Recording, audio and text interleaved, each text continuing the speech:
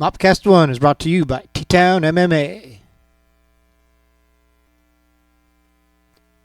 Hey, here's a little disclaimer. The views and opinions expressed in this podcast do not necessarily reflect those of the MAWP organization.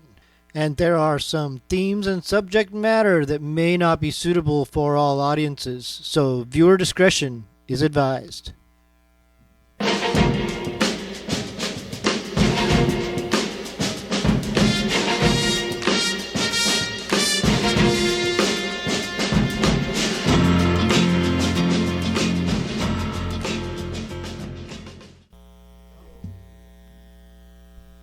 Check. 1, 2. So it should be recording, and it should be good enough, Yeah. or at least something that I can work with. I don't know how well you'll be able to hear in the headphones, but the headphones are more... Yeah, just I can hear make yourself comfortable. You can hear me? Yep. Cool. There's absolutely no pressure for anything in any capacity. We're not filming the video yet, so the audio is being filmed. I have a bad habit of moving away from the mic, and we don't have Chris's setup here right now. And Chris's setup, I can move away from the mic and it's still recording me. This setup is not. And so this one is more sensitive to having to speak into the mics to get the recording down. And I talk a lot. Like, you think you talk a lot? Well, this is my domain.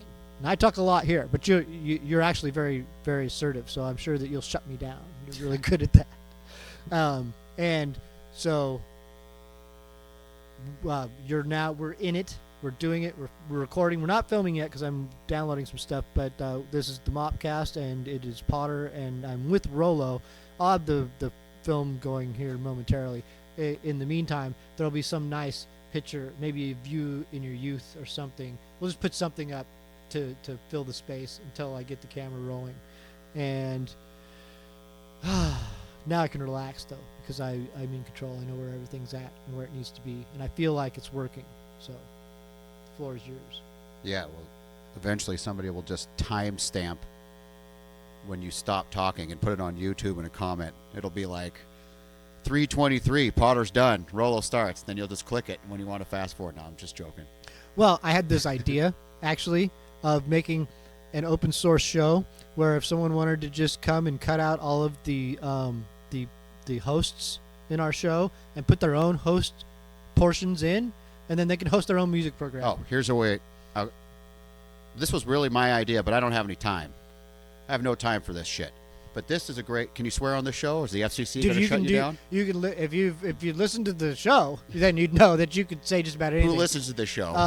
Do we have any callers? Takata says he doesn't listen to the show, but I suspect he does. No, he's bullshitting. Yeah, I suspect he's listening. He listens to this show while he's taking his shits. Probably. Yeah. He probably listens to it more now that he's not on it, because like now he's coming back. Hi, Dave. Dave. Hi, Dave. For all the people out there who think, oh, well, Dave's done. Well, he probably is done, but he says he's coming back. He says he'll come back and grace us with his presence at least once more. Yeah, probably. Or after the new year. He says he'll have more time after the new year. So if after the new year he doesn't come back, then he's not coming back. What were we just talking about before that? See? It's that easy, isn't it? Yep. Thank you. It's so validating to have someone else come in. I had a point. I don't remember what it was. It's okay. No, you just don't understand how nice it is for me to be doing this. I'm getting into the episodes now, just starting to settle in, but I get so worked up.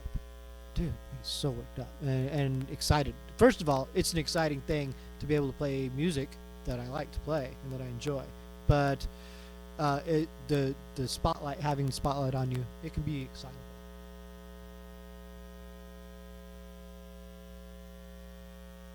Did you remember your point yet? Well, something to do with the open source, but I can't remember now. Yeah. It seems like that would have been a good thing to, because you were on it. Yeah, I like the concept of open source. A lot of things. I wanted to do some open source comics, and I like the idea of public domain things that people can do things with. There's just they don't do enough with that stuff. Like Linux. Well, I don't. The land of Linux. Linux is its own open source world of computing, and I've not embraced it yet. I know that I probably should, and You talk about it all. I don't ever use it though. Why are you talking about it to me? Well, I just know about it.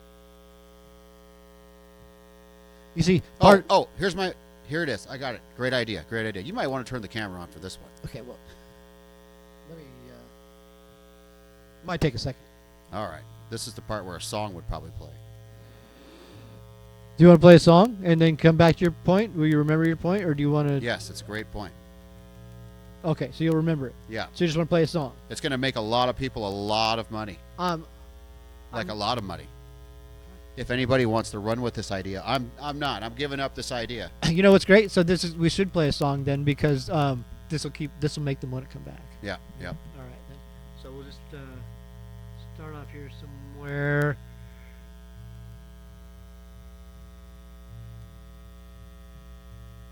Lemons. Let's play the Lemons. Fuck it. Circle K Girl.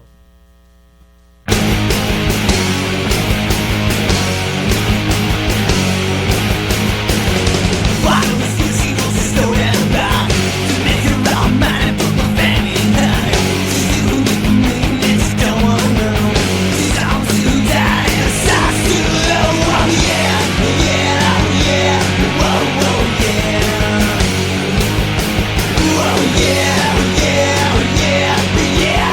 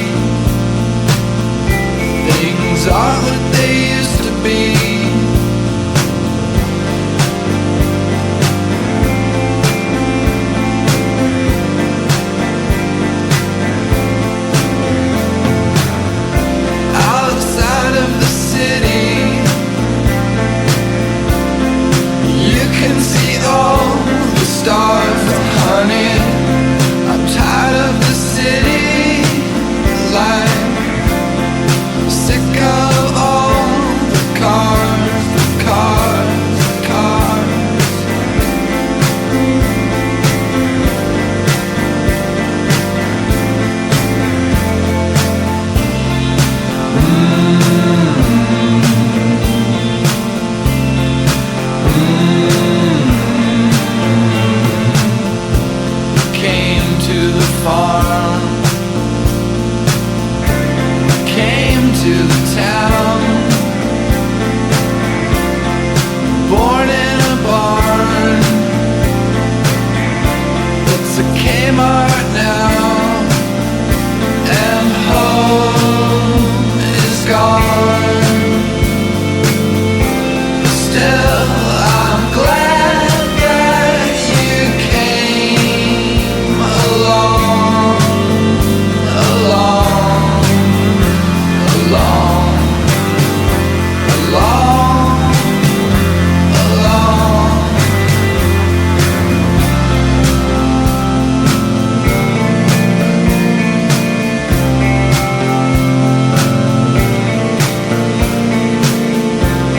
Woke to my honey.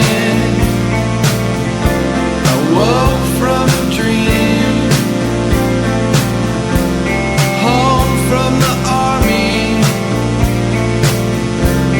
Home from the merchant marines. But home is gone.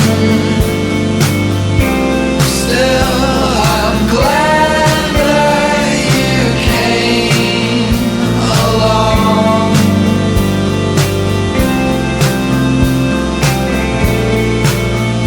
My home is gone, died. Still, I'm glad that you came along for the ride, for the ride, for the ride, for the ride.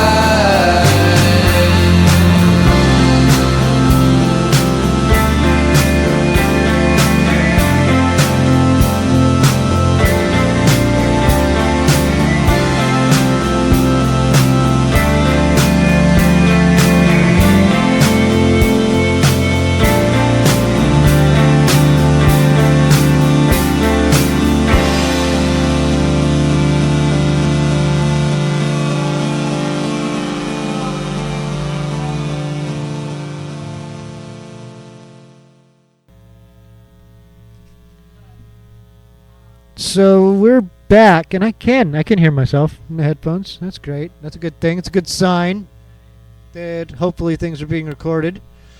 Speaking in the mic will be very important. A few other things, but I'm just gonna. We're a show about music, but you had this exciting point, so I want you to make your point. So here's a good way to make money. You go onto YouTube, and then you get your own channel. And then you go and you find all the good podcasts out there. Like Joe Rogan, for example. Joe Rogan, look, a good night on CNN, they might get 1 million viewers. I don't know. I'm just making this up. You can go look this up on the internet. But Joe Rogan's getting 1 million views all the time. This guy's breaking people. He's got his own little podcast. He's a big thing. Take his podcast and listen to him. And then when he finds something that he says that's like poignant or motivating or something like that, just video edit it right out. Splice. They do it all the time on YouTube. You see all these different clips of Joe Rogan, these 5-minute clips where it says like, Joe Rogan talks about motivation. And then they always have like hundreds of thousands of views. Some of them are viewed in the millions. And then you find the next biggest podcast and the next biggest podcast. And then you chop them all up and you make these stupid little videos and you put them out. The shorter the better, okay? But you want to get paid on them, and then you monetize them and you make this. It's like it's like an ATM. Why wouldn't you do that? I don't have the time. That's why I don't do it. But if I didn't work, I'd probably do that. But then again, why am I out working if that's available? Yeah. Well, that'll only get you so far, and YouTube is far enough. Well, YouTube's gotten pretty strict about their monetization policies.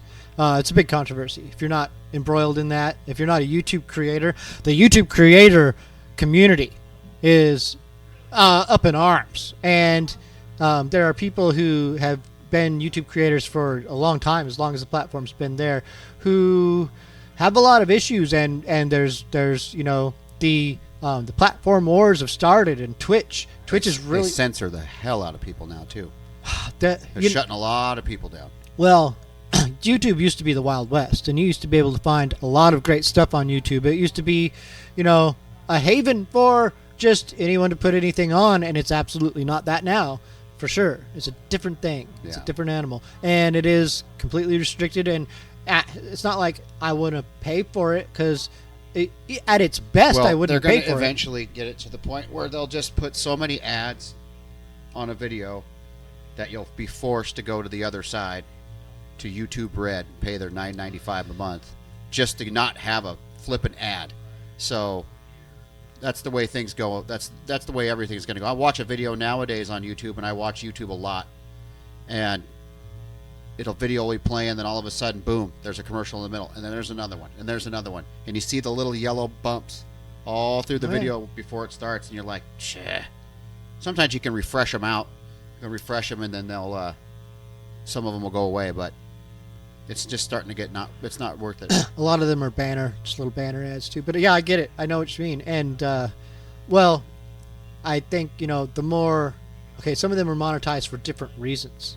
There's a lot of different reasons a video would be monetized, or have commercials in it. Because, for instance, our videos, we make a video, this podcast, we put it up, and there's songs that accompany that.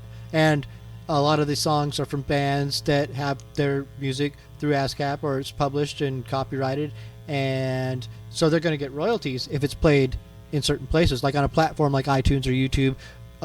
There are watchdogs, and there are services out there that go and police this, and then they do what is called a copyright strike on your video if you have copyrighted material. People now you can have the actual people turn the other people in. Yeah, well, no. So these copyright strikes, though, they're not necessarily restrictive. And in theory, they're in place to get bands royalties, or people who own the shit they get paid for it. So with the how we work is that, so we put these shows up, and then an agency comes along and they find their content that they represent this band, and it's got a song that we're using, so they put a copyright strike on their video. And what they want to do most of the time is that they want to allow that video to be played with their song in it. They'll just say, we're going to put an ad there, and you can keep that video just like it is, as long as you aren't monetizing it. Then we'll let you keep our song in it, and we'll get some royalties. Here's the thing about a song. I was thinking about this yesterday. There's no such thing as a song. It's not your fucking song either. Oh, you don't need to get me started on this. But yeah, go ahead. No. Number one, I wrote shitloads of songs with all kinds of people, but they were never my songs. It was just music. It was a fucking sound coming off of a string, hitting a piece of metal and making a frequency, and another guy puts his hand somewhere else, and it makes a different sound. Somebody beats on something, another guy plays the bass.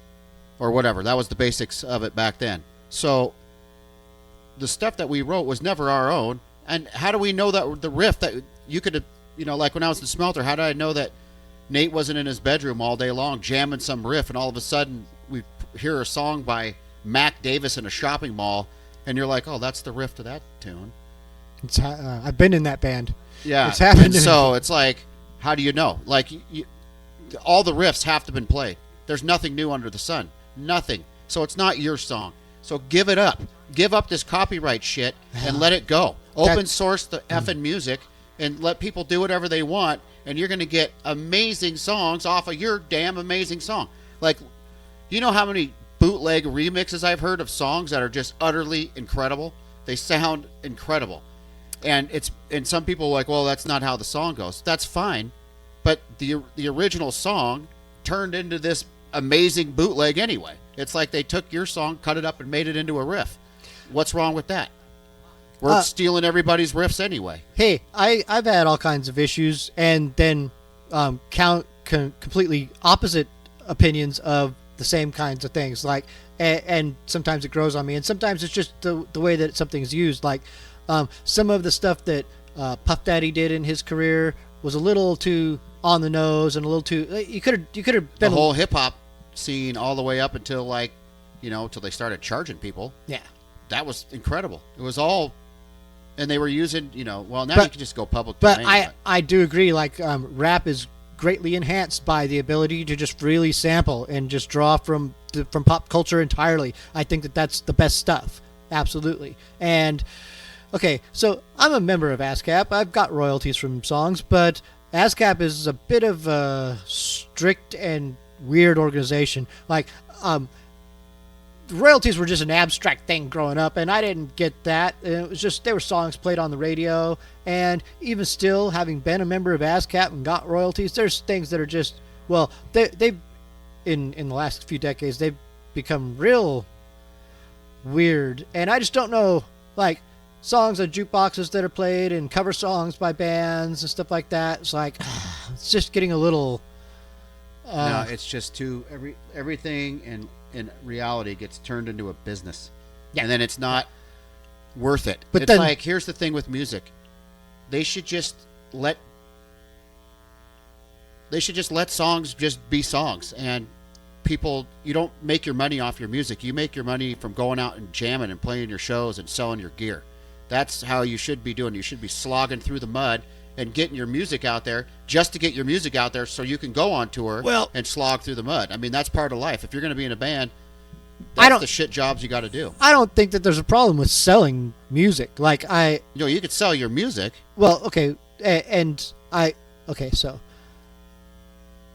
I like an album and having an album and holding an album. Like, I grew up with that, like album rock and records and stuff like that. So when you say go out and tour and play shows, well, I could care fucking less about that. Like the whole performance thing, it's its I own guess thing. that makes sense. Like, you're going to be Steely Dan. No, but it's not even the Steely Dan. I'm just talking about my introduction to music was through a fucking little box. It was a radio. It was a stereo. And then it was the records that my dad brought home. So that's your introduction to music. And then from then on, it is what you, as a child or a person growing up, start to find and listen to. But your introduction to it and how you retain that is through the medium of the music, the recorded thing. So, and I'm not taking anything away from it, but I've talked about this on some other shows. Like, I am a huge proponent of recordings, and not necessarily being Steely Dan, but recordings. And if it wasn't for even shitty recordings, I would never have heard the Misfits. And I love the Misfits, but they recorded a lot of shit for a little punk band. Didn't Radiohead once put an album out and then let people pay whatever they wanted to pay for it? I think they did. And they made some good money. Just on But that kind of stuff is what I'm talking about. It's like, I don't know. It's too businessy, and now I think nowadays you can circumvent that a lot with all these websites and whatnot. I don't know. I don't go on SoundCloud or anything like that. I'm just not as in tune with that stuff as much anymore. But I mean, I think you're able to go online and promote yourself and get your own music out there now and charge as much as you want and do what you want, and you can like really take over and do your own thing. And that's the way music should be, in my opinion. And then another thing is,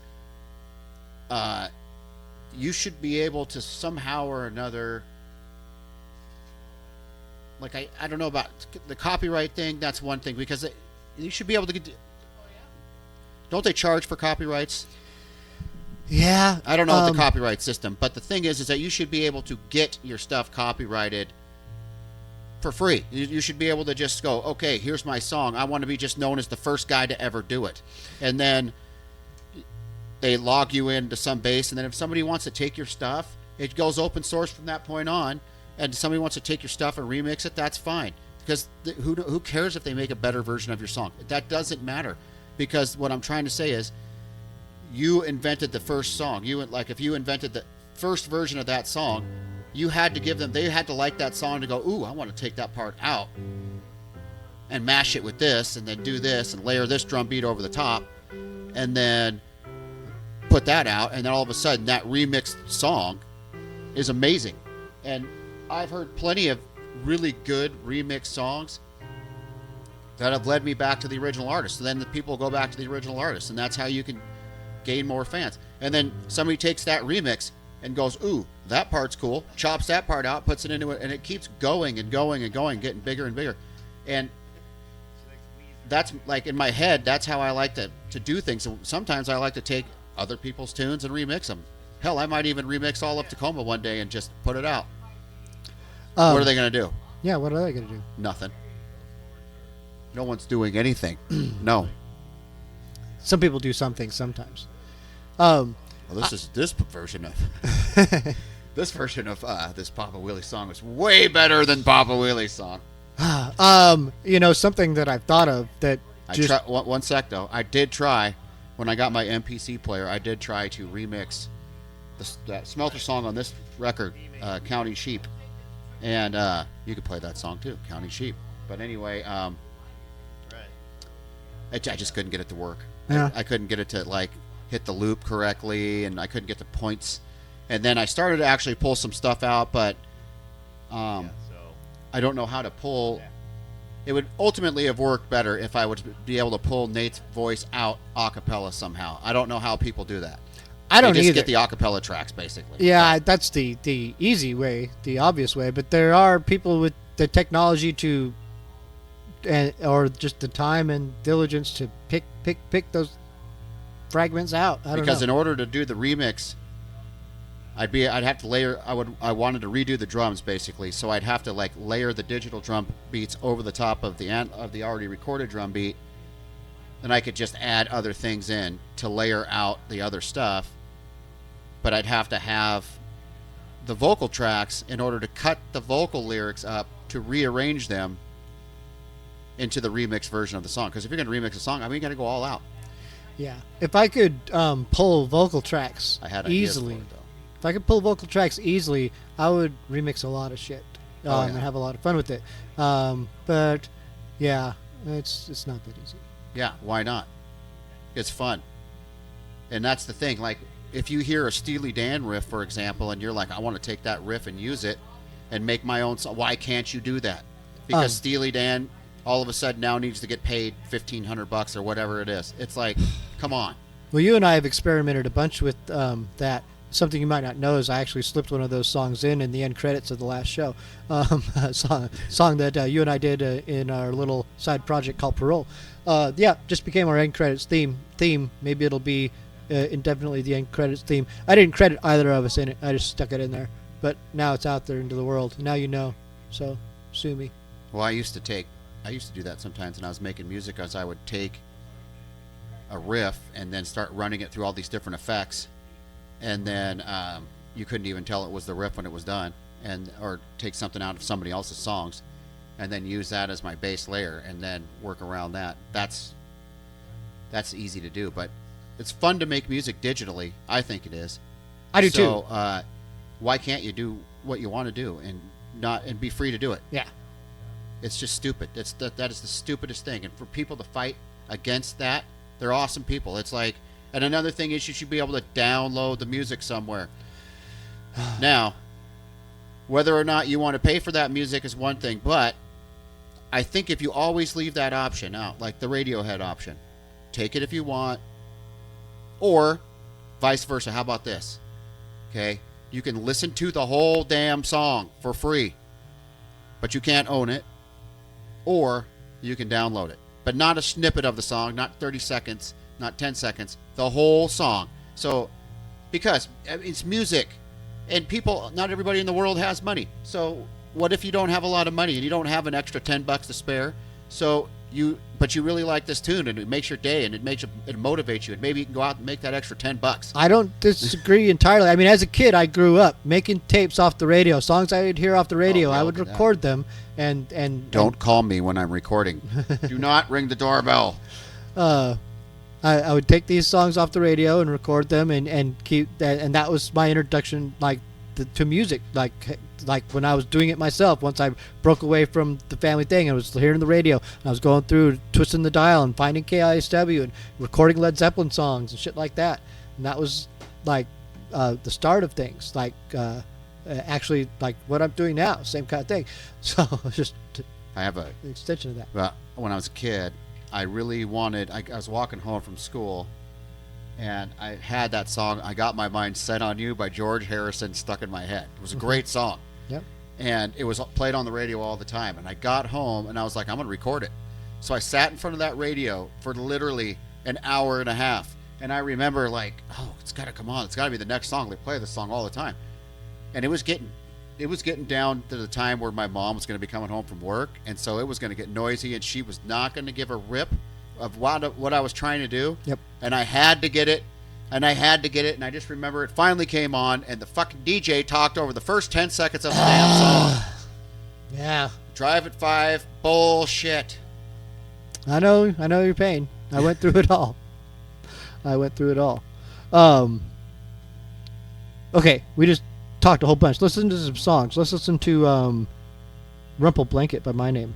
Oh, yeah, that's a good song. Yeah.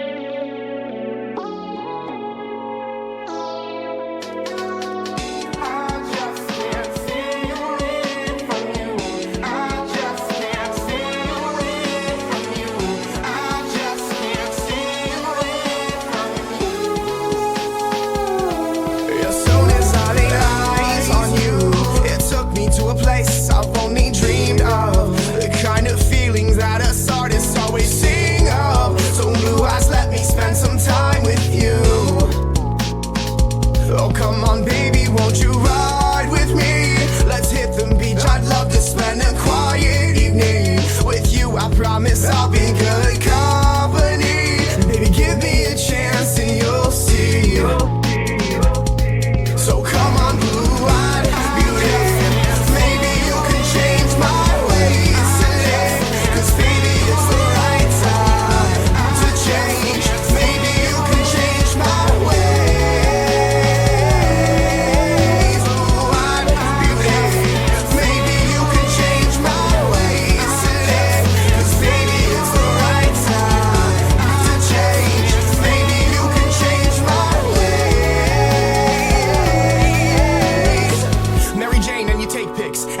watch The Office. Dream girl comes to mind when I think on the topic. And once we start this ride, girl, there's no stopping. I'm always down to talk, I'm just trying to get you out. FaceTime is great and all, but not what I'm all about.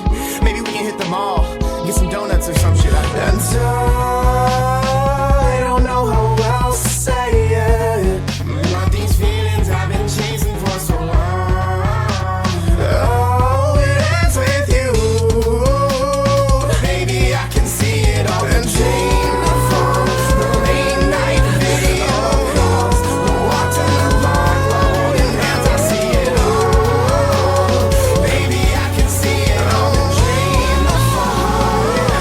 So come on, put me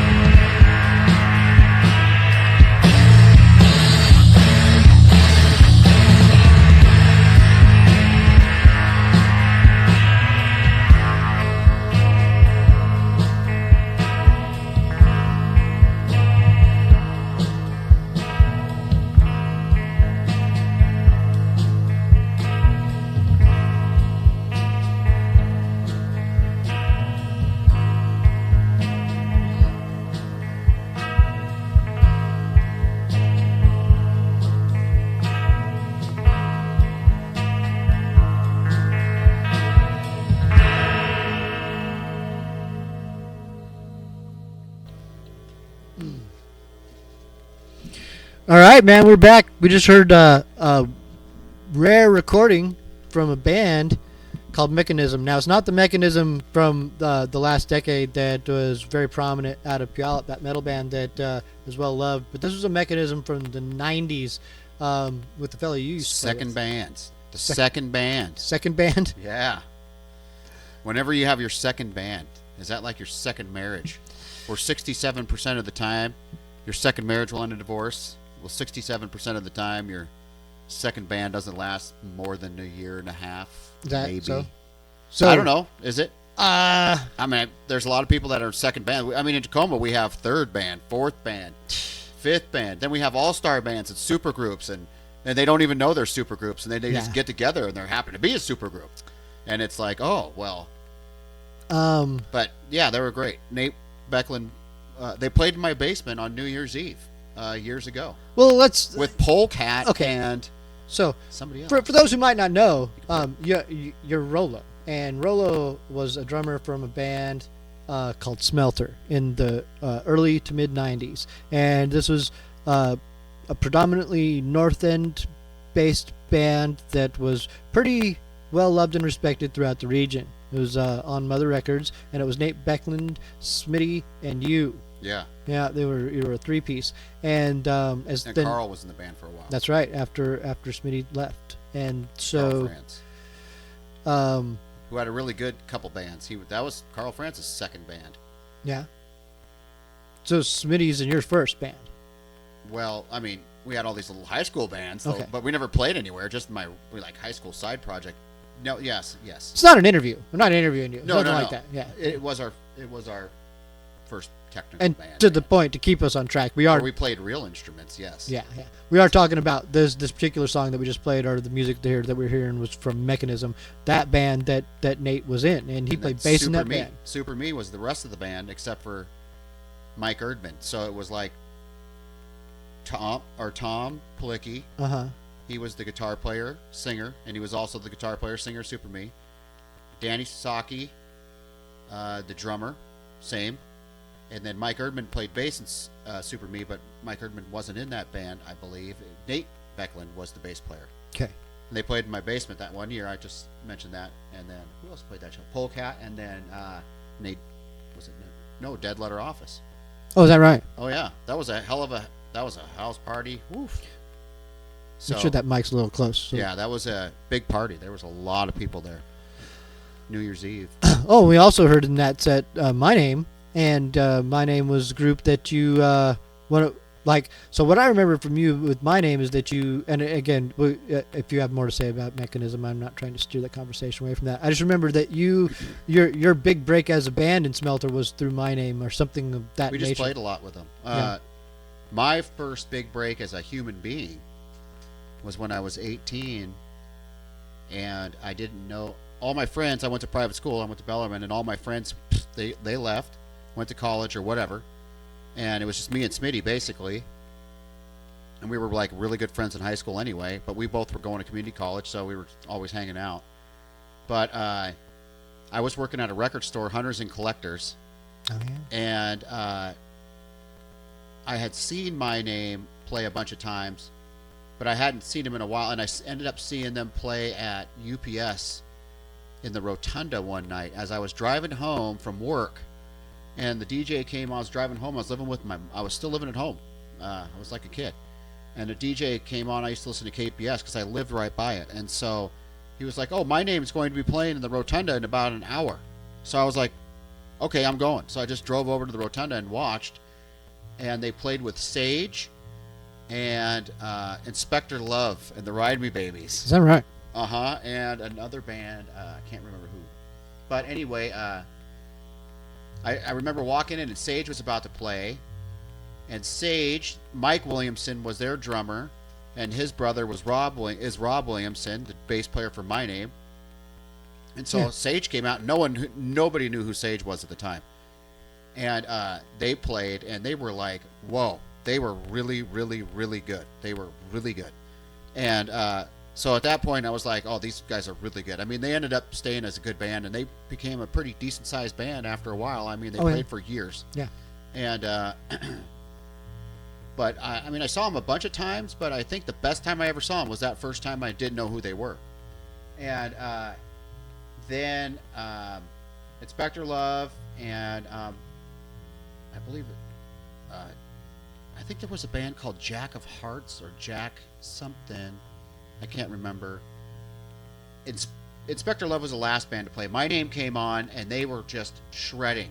They were so good. And part of it was the venue, I think, because they didn't PA it out, so it was like you had to blast it through. You got to turn up your stacks and go for it. Mm-hmm. And I remember they were ripping so hard that Dave Gleaza blew out his kick drum head. Rad. Yeah, so they were done. They couldn't play another tune. Or no, not that. He broke his pedal or something happened. And but they played quite a few songs. And I think I had seen him once before, years before, but don't remember. And then from that point on, I was like huge into them. And then they made that 7-inch on CZ Records, and then I bought that.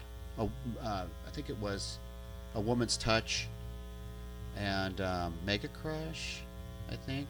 Or was that the single? Anyway, I just found it. It was in that bucket that I was showing those videos from on Instagram. But anyway, so I decided I was going to start a fanzine, and I was going to call it Cheese. And as I was writing out the word cheese, I misspelled the S, and it kind of looked like a J. So I just stopped it right there, Cheege. And so I started a fanzine with Smitty. And I didn't know my name at the time, and I was like, I'm going to interview him. Somehow or another, I'm going to find those guys, I'm going to interview them. Because they had, the Mega Crush album was coming out, and they were going on tour with All. And I remember hearing all these rumors, and I was working at the record store, so that's where you got this kind of information. And I didn't really know anybody at the time, not like the scene. I was like 17. And so I'm thinking about it all the time. I'm thinking. How am I going to interview them? I don't know them. I don't know how to get a hold of them. They don't have the internet. You can't look this stuff up. I don't know anybody. I live in the North End. I'm just a North End kid. So I'm driving to work from my house on North 10th over to North 26th to go work. And as I'm driving down the road one day, it's a Sunday morning. I'll never forget. I worked all day Sunday, 8 hours at that record store. I'm driving by, and Abe Brennan is walking down the road, North 21st. And he looks hot, pissed, and he's like fuming mad. And I'm like, whoa. I remember driving by him, and I look in my rearview mirror, and I'm like, that's him. So I pull over, and I get out of my car, and I'm like, this is it. I got to do it right now. So I just run up to him on the street, and I'm like, are you the singer from My Name? And he's like, yeah. And I remember I ran into Abe and Dave Gleaza at Hoagie's Corner on 6th and Stevens with Smitty once. And but this is before the magazine. This is a story within a story here. But I remember seeing him eating a sandwich, and I walked up and I was like, "Are you guys in My Name?" And I was like 17. And they thought it was the coolest thing, so it was pretty cool. It worked out good. And Dave Gleaza, always super nice guy. Anyway, no matter what, killer dude right away. So I just bump into him, and he's like super mad. Something made him mad. I think he got in a fight with somebody or something. And I said, "Are you the singer for My Name?" And he's like, "Yeah." I was like, "Dude, I got this fanzine," and I told him the whole story about seeing them and blah, blah, blah, them being my favorite band, because they were like my favorite band. And he was like, sure. And he gave me his phone number. And so, and I'm 17, and I'm really naive. So I don't think about getting blown off, like, oh, here's my phone number. You know how it goes. Anyway, so I get done with work, and I call him, and he's home. And I set up an interview, and I go and interview him next week, and I only ended up interviewing Dave and Abe because Trevor and Rob weren't there. And I did it over at Neil Harris's house. And Neil Harris lived over on Orchard Street, down on North 46th. And I walked into that house, and I'll never forget it. I'm 17 years old. I live with my mom. I know nothing about, it wasn't a party house, but people were over there drinking beers, playing video games, like what we did when we were in our 20s and 30s. But I didn't think anything about it, and I walk in, and Darren Ringley's playing Super Nintendo golf with Neil, and I never met these guys, and then they introduced themselves to me. Dan Lucy was over there, and then Ryan Loisel shows up, the Jolly Ranchers practice. Oh, yeah. In there. And so I book an interview with them for my second issue, which got me an interview with Queer the Pitch. That's great. And who I interviewed over at Sluggos, and the second issue never came out. But I ended up interviewing My Name, and then that's how that came about. But then I ended up meeting Rob when Temple of the Bean opened up, because Rob worked there. And I went, and it just so happened that the same day that Temple of the Bean opened was the same day my fanzine came out. And so I drove down there, grand opening, and Rob was working, and I was like, hey man, I didn't know who he was. I didn't remember him from being in My Name. I was like, you mind if I put some of these down? He's like, that's my band. Because the front of the 7-inch was our cover. And I'm like, yeah, I interviewed you guys. He's like, but you weren't there. And he was like, oh. And so him and I became like instant friends. And then we'd get all of our shows and then I met Trevor, and we played a show our very first show was with My Name. And then we ended up playing quite a few shows with them. Not a whole bunch, but I mean, at least 10 over the course of 4 or 5 years, or however long we were a band. Maybe more than that. But I remember we got to play the OK Hotel. That's great. Because they put us on the gig with, they were headlining, and it was like a Sunday. We were pretty deep as being a band by then. It was like maybe 3 years into being a band. So when we showed up, there was a lot of people out there wearing Smelter shirts. I remember that. And that was a killer show. And we got to play the OK Hotel. No, it was a Saturday night. It was a Saturday night. We played with that band Engine Kid. I remember Engine Kid. They were killer. They had some long, drony songs, man, but they were heavy. Yeah. But I'll never forget, me and Smitty used to go up there all the time and go to shows. And that was our dream. Let's say, we got to play the OK Hotel. But back then, I think that was a lot of people's dream. It was definitely a destination. It's actually a place I didn't ever play, but I did go to a lot of shows there. Yeah, smoking. They had good food. Sound system. They had good food too. The diner thing down below, and the way that it was separated, like it was the. I saw a lot of bands there. The actual venue portion was a little small. I passed out. But it was great. It was twice in that venue. One time, the first time I ever passed out in there live was when I went and saw All play with My Name. That was the first night. So then My Name, basically, I meet Rob, and then basically My Name almost takes me on tour with them. And then I lost out at the last second to Joe Young. Oh, yeah. And, well, you know, Joe Young was My Name's roadie. Well, yeah. But anyway, they went on that tour like that summer. That album came out. They went on tour with All, and they went and did the whole country. They even played shows with Bad Religion. And I remember that. And then they came back, and then we played a few shows with them here and there. But their first night of that tour was at the OK Hotel, and All played. And there was I think it was just All and My Name. I don't know if there was a third band. But I just remember there was like 700 people in that room. There were so many people in the OK Hotel. It was because that was when All was huge and selling out all kinds of shows. Yeah. And I got in there, and I was standing next to Neil Harris, and I had become friends with all these guys because I got my magazine out, and people basically started to read that magazine. This is the end of that story. And I met everybody. And I started a band shortly after that, Smelter, and then I met a lot of people. We played a show with the Jolly Ranchers. We played a show because I had built that equity up from doing that interview, and I did the interview with the Jolly Ranchers, which was phenomenal. Dan Lucy stole that show, and but I never put it out. And where is it?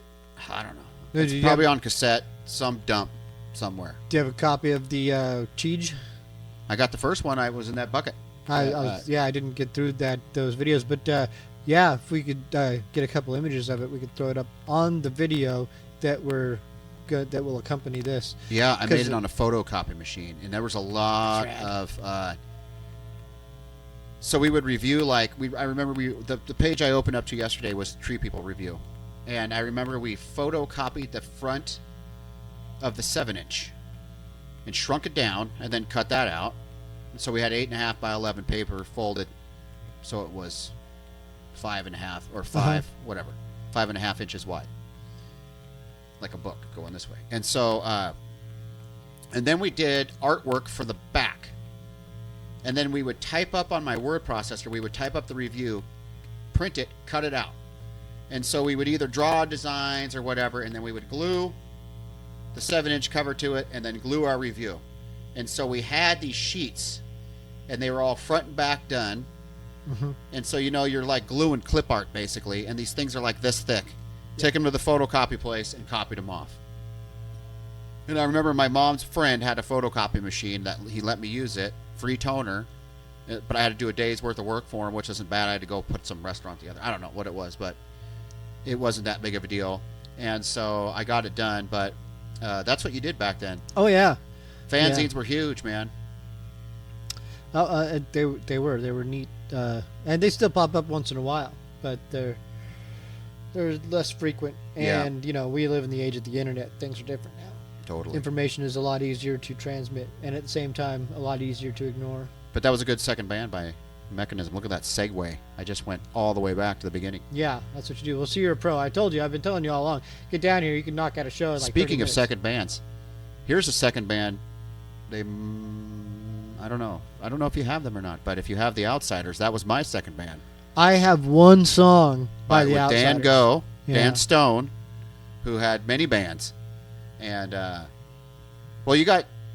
was pretty much only, well, no, I guess I was in a third band, but technically, I'm still in that band, technically, but I don't talk about that in public. Oh yeah, technically. It's a mystery band. Yeah, but we've been known to play some shows. Anyway, the Outsiders. And Giles Ogden, whose sister was on The Real World, he was the bass player, and Mike Peterson. We had the 16-year-old kids. So no, they were 18. They were old enough to play in the bar because we played Hell's Kitchen back in the day. We didn't really play a lot though. There was an unfortunate circumstance with a house party incident that ended that band pretty much. But yeah, well, these kinds of things do happen too. Yeah. Unfortunately, yeah. I mean, a lot of bands end abruptly under weird, mysterious, tragic, crazy circumstances. Sometimes, or they just peter out. There's maintaining a band. There's so many things to maintain a band. There's a great story about Fleetwood Mac and how Mick Fleetwood, who is the guy keeping Fleetwood Mac together at all times, he once said, there was a time there in the late 70s where I just had to let those guys beat on Kleenex boxes to keep that band together. And that's what they wanted to do. You guys, you go right ahead. You record that, and I'll be over here. If I had to do it all over again, every band would be around forever. Because sometimes, you know, when you're like thinking about something so hard, you put so much passion into something, it ends up becoming like a thing, right? Because you put so much energy behind it that it just does it. But there's other people involved with these things. And so, but I don't know what the other people's energy is. And because I never bother to ask, or you don't check. And nothing was negative. They all wanted to do the same. You know, everybody in every band wants people to come to their shows and this and that. But over time and the working relationship with it, and Smelter didn't have disagreements as a band. It was just, as our time was done. It's like you just knew it. And so, but when your dream is shared with other people, it's hard to make it your total dream because they have their own ideas and you have to make all ideas work. And even if you can keep them together and you're like, oh man, everything works over time, if you don't keep the ideas fresh, then they're just going to be, you know, everybody's ideas, whether they're new or not, are going to become predictable. And so that dream doesn't ever, like look at that, like Blink 182, for example. It took them like 10 years to get to where they where they were big. Then they were a big band, but it took 10 years.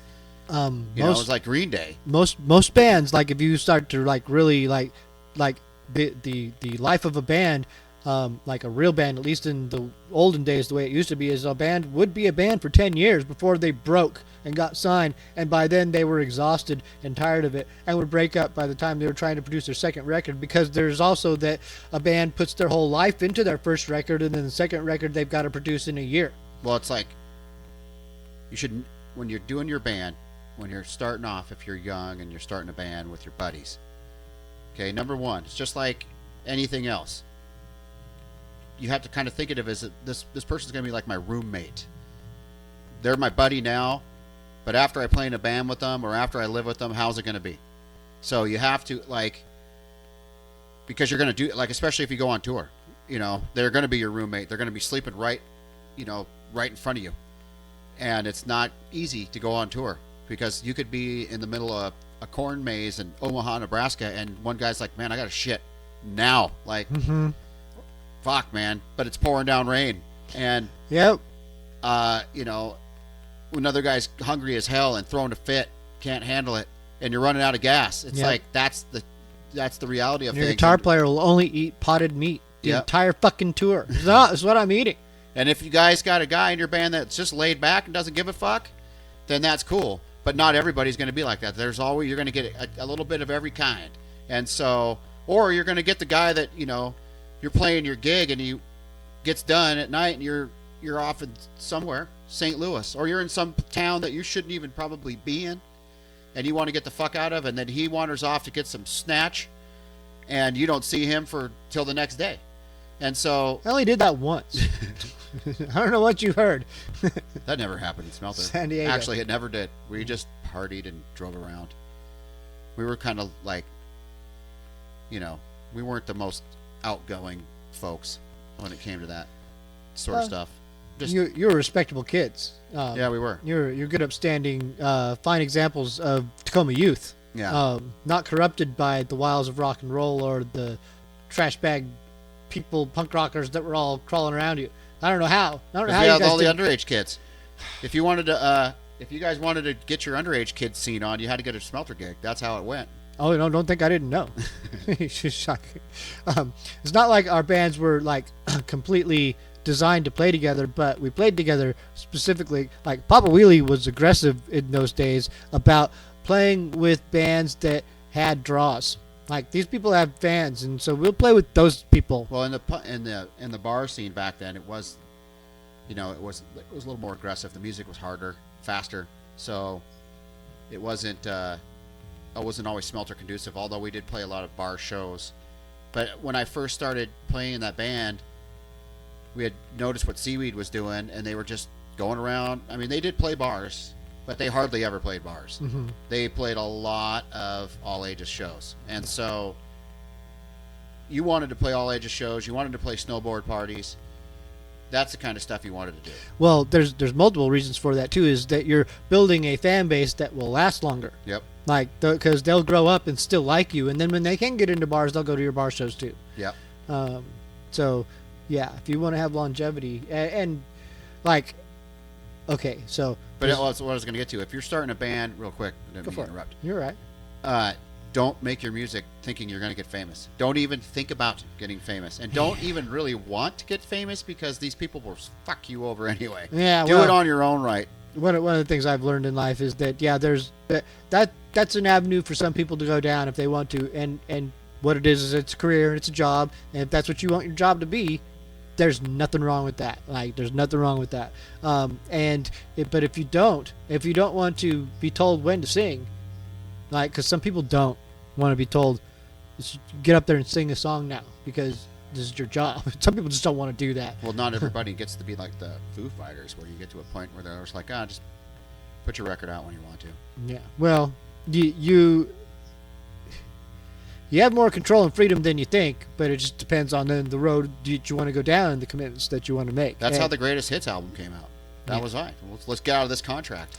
Well, yeah, exactly, yeah. Well, I myself, I don't gauge success by.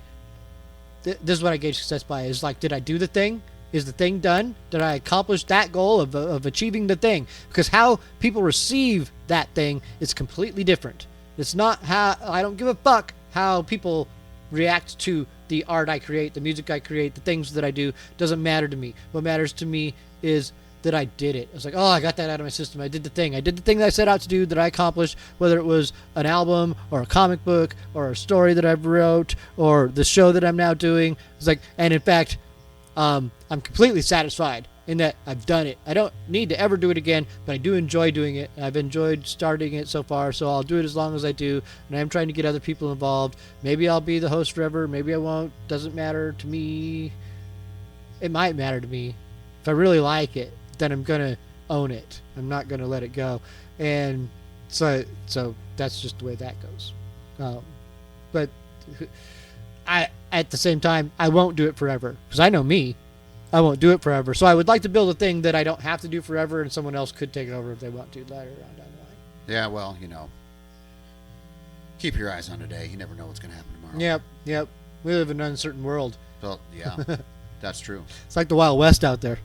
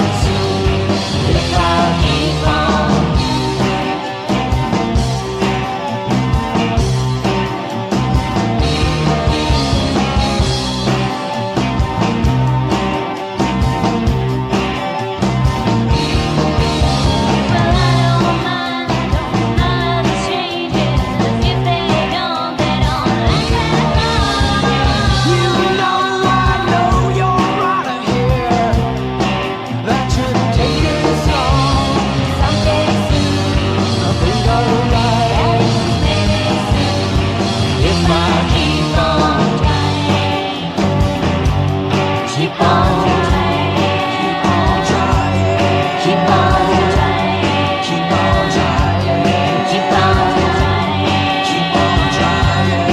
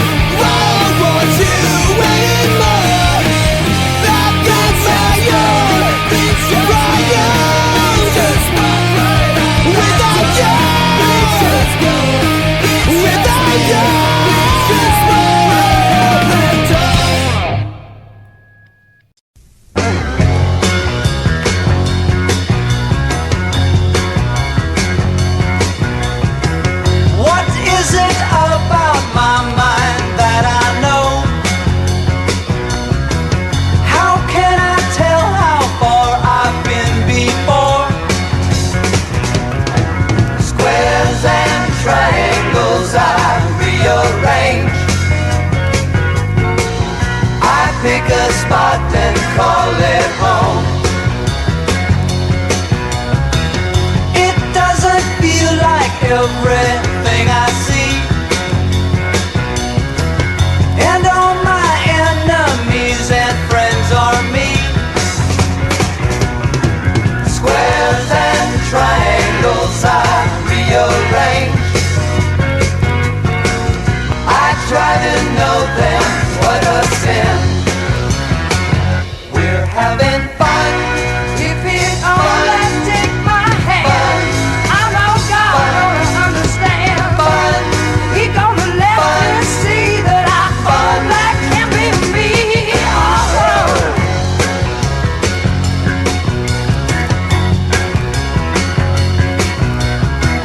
This is among the million songs he sings. To mankind's mortal curse he always brings. Squares and triangles to rearrange. Hey everybody, hear his song. Please everybody, hear his song.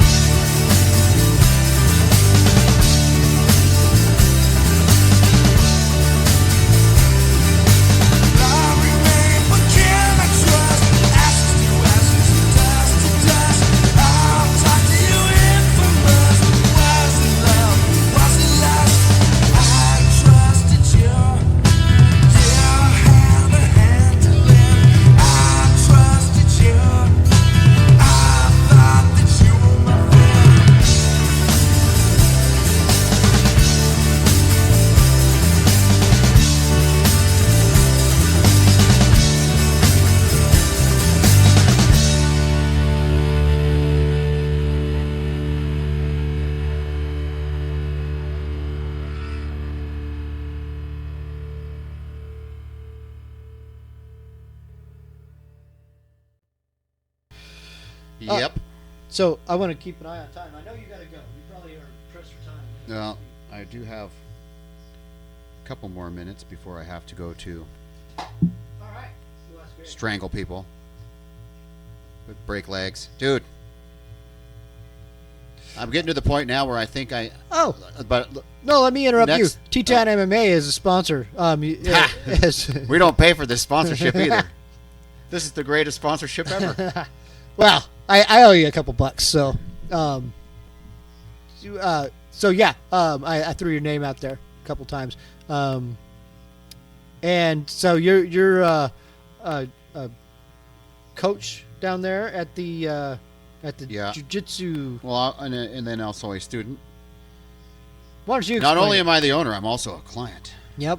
You could explain it I'm better not than the I owner, could, though. because I'm not a jiu-jitsu. No, it's just jiu-jitsu and kickboxing and no-gi grappling or MMA fighting place. But I primarily do jiu-jitsu with the gi, so I wear the uniform and I travel and compete and teach kids, which I've been doing for 10 years. And then, yeah, that's what I'm about to go do here in a little bit. I've got another tournament coming up on the 3rd of November. So, but that's tournaments, but it's jiu-jitsu to me now is like playing in a band back then. It's like I love to compete in tournaments. I just love to do it. And I want to do as many as I can. So when I go and do these things, and it's hard because for me, I'm a black belt. I'm 45 years old and I weigh 155. And so you have to get into a tournament with 40 to 45-year-old black belts at 155. It's hard to find. So when you go up and down and you travel, you can always find them. So you got to go to the bigger ones, but that's fine.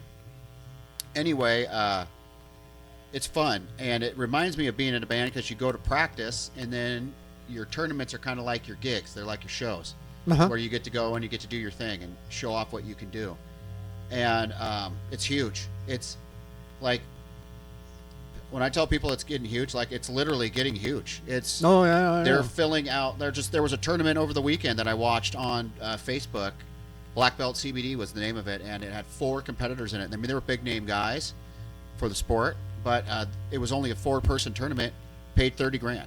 It's getting huge. It's And not. then there was a 4-person girls tournament on the same card. Paid $30,000. Wow. And the guy that won and the girl that won, brother and sister.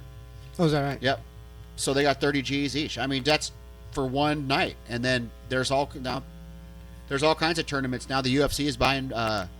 They're buying these jiu-jitsu tournaments up now and putting them on their the UFC Fightcast or whatever. I don't know. This is not an MMA show by any means, but the sport itself is growing in popularity. But you can compete now. I went to the Masters World Championships, and that thing was in Vegas. It was like 5 days long. Yeah. And it was neat. thousands of people there, and they had guys competing for world champion. My bracket, 40 to 45-year-old 155 black belt. I went down to 145, excuse me. So it was 145 black belt. Had 30 people in it.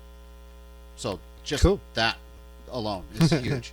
So yeah, Neat. it was it's a pretty cool deal, and I love doing it. I've been doing it for a long time, and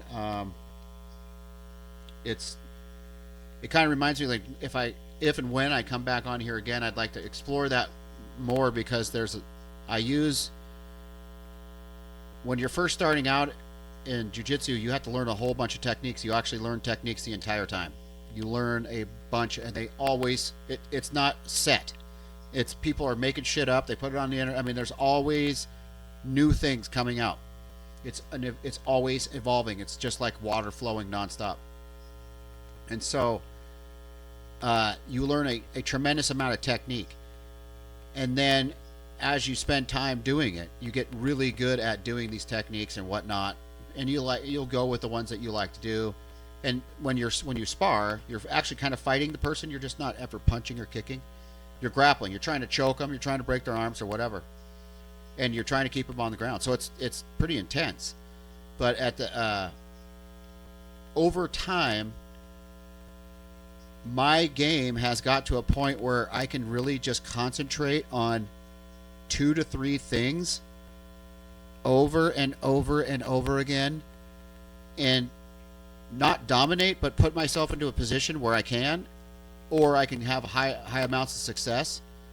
And I did that by doing what's called Pareto's principle, where basically it's the 80-20 rule, where you try to get 80% of the stuff done with 20% of the effort. And so I wanted, because what was happening to me in jiu-jitsu was going into tournaments, I was overthinking things and trying to remember and recall techniques in my head, and I was really getting into my own head. And especially when I go to these tournaments in like California or in Nevada or whatever, And there's high-level dudes there, like, and they're black belts. And when you're fighting against other black belts, you don't know how long they've been a black belt. The second guy I ever went against, I was a black belt for 1 year, and he was a black belt for 12 years. So he had to get the black belt. Yeah. So, you know, you got to add about 8 to 9 to 10 years onto that, so 20 years. And all I heard was the sound of the mat making, you know, his foot going as he's smoking me.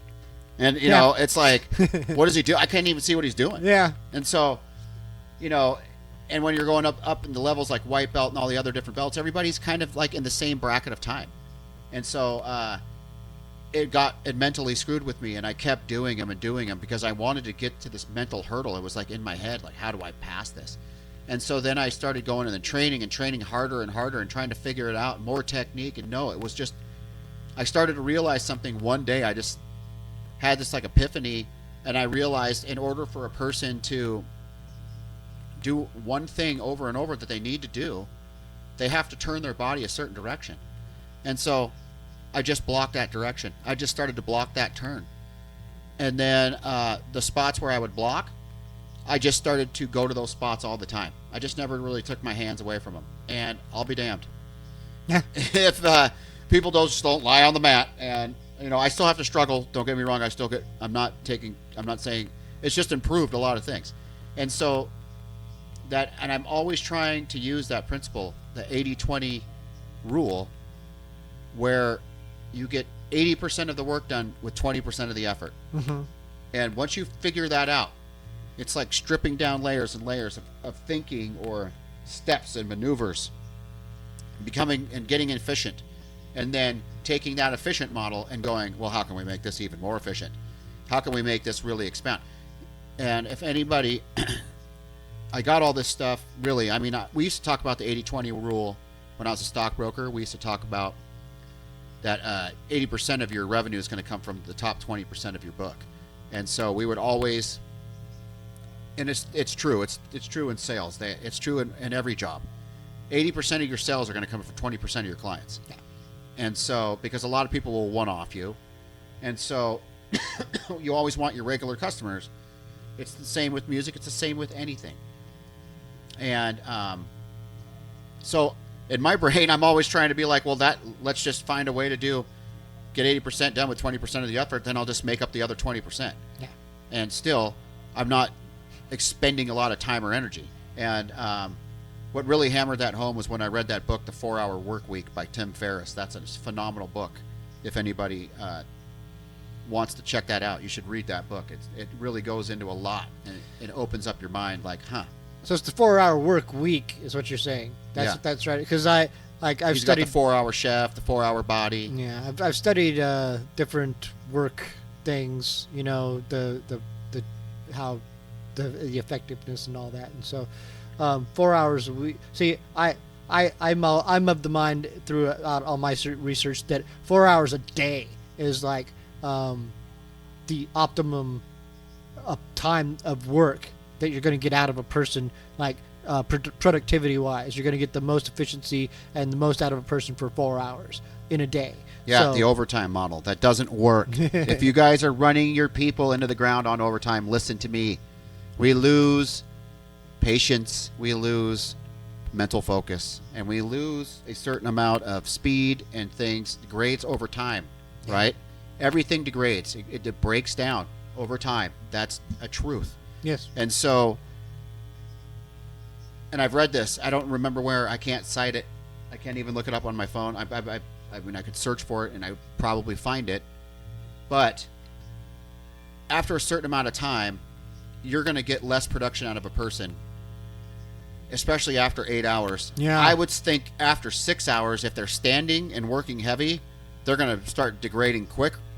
And then they start in their mind, I want to go home and this and that, and I'm getting tired. And they start convincing yourself of things, which is another topic we need to talk about in another show. And is how you talk to yourself inside your head, people. How do you talk? So anyway, they start convincing themselves of this. I'm tired now. I've been on this job all day. Get grumpy. So stuff slows down, especially at the end of the day. And then if you throw overtime on that day, now the performance and the speed and the efficiency and everything decreases and the pay rate goes up by it goes up 50%. So who's the one that's actually benefiting? The employee. It has no benefit for the employer. It costs you more money to get less work. Oh, it incentivizes less work. Yes. And so you want to run yourself into the ground, destroy your workforce, and some places have mandatory overtime like a lot, and you can't get off that job. And then what happens? You're going to get your handful of guys, or your handful of people, excuse me. You're going to have your handful of people out there that are going to be like, yeah, I can handle this. And then you're going to have a large majority of them that are going to go, fuck, I'm out of this job. Stuff sucks. Yeah. I don't care how much less I get paid. I just don't want to work here for 10 hours a day and Saturdays. So we should probably end it here because I got to get going. But. I know you got to go. So, yeah, we'll wrap it up, man. Thanks a lot because it was great. Yeah. I told you, you'd be a natural. And so there's potential that this recording in the rush I was going to put it together, it might not be that great. But because Chris has got a system dialed in for us. But anyway, yeah, we're good. Thanks for coming. Where's the MAWPCAST? Go out with some songs like I always do on the back end. Thanks for watching and listening.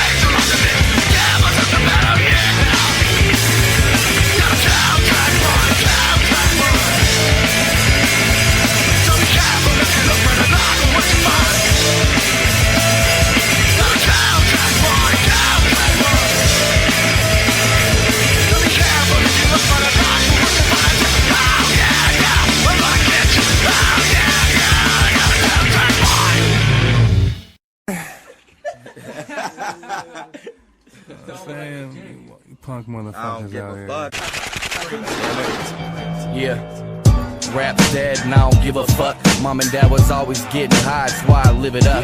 People think I'm angry, I just rap about the realest stuff. If you ain't talking about no money, please don't hit me up. Please don't mix me up to be no chump, I'll be the first to fuck you up. Frank's piss drunk, Chris on the drums, we on the up and up.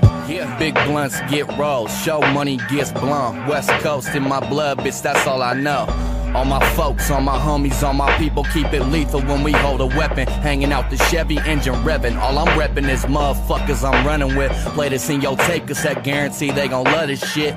Bitch, shut my eyes and zone out. Got the mind of a killer, my dukes up. We could go rounds. Yep, I'm young and steady mobbing too. Shoot the fucking king, wear the crown, y'all need something new. Catch me on the move, shotty foe, give me loot. Gin and juice, got me leaning when I walk. Y'all can't feel these shoes. Walk a fucking mile with me, scuffing up my grippies, get your face cut.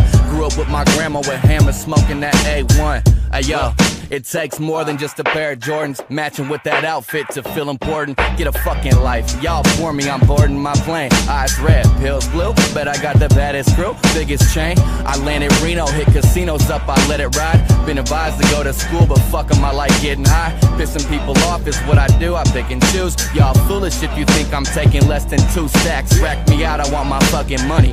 I pop bottles of bubbly, I'm playing gin rummy, chilling with my grandmama. Yep, I said I'm chilling with my grandmama. Bitch, I'm set up chillin' with Yo, my you grandmama. fucking with a stone-faced killer. Pedal powder, twisted sour, low my weapon up and handle business, it's the realest side of anywhere these niggas make a killin'. Hit my nigga Thomas, told him if he seen that nigga clip him, nigga split his noggin.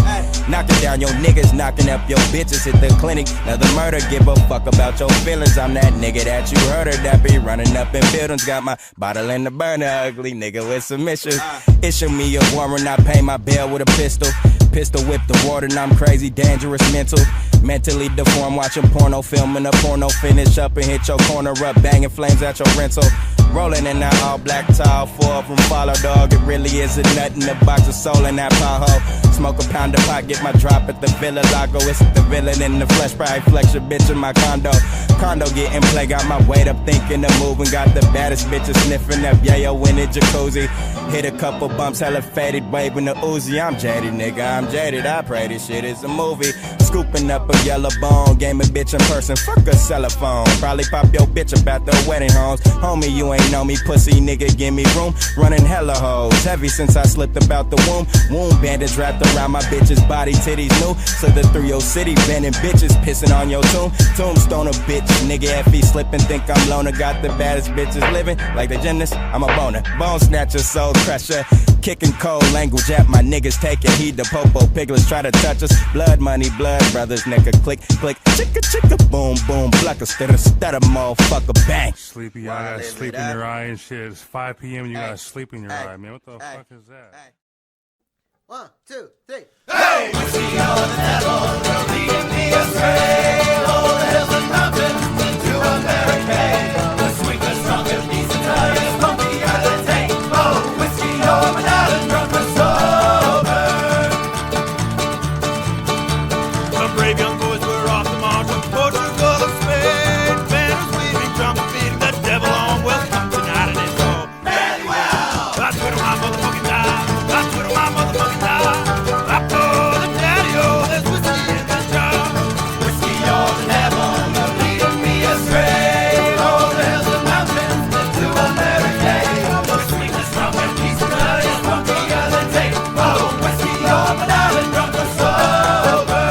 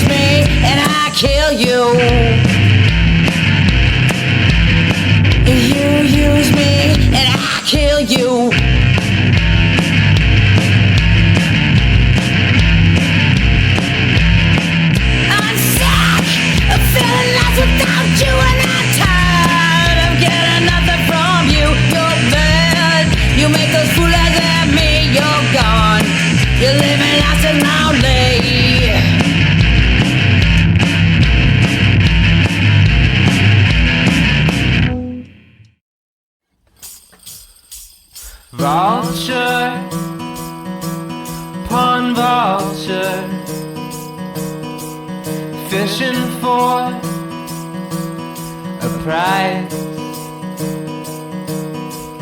7 years she left, now she died. 7 years she left, now she died. Got high.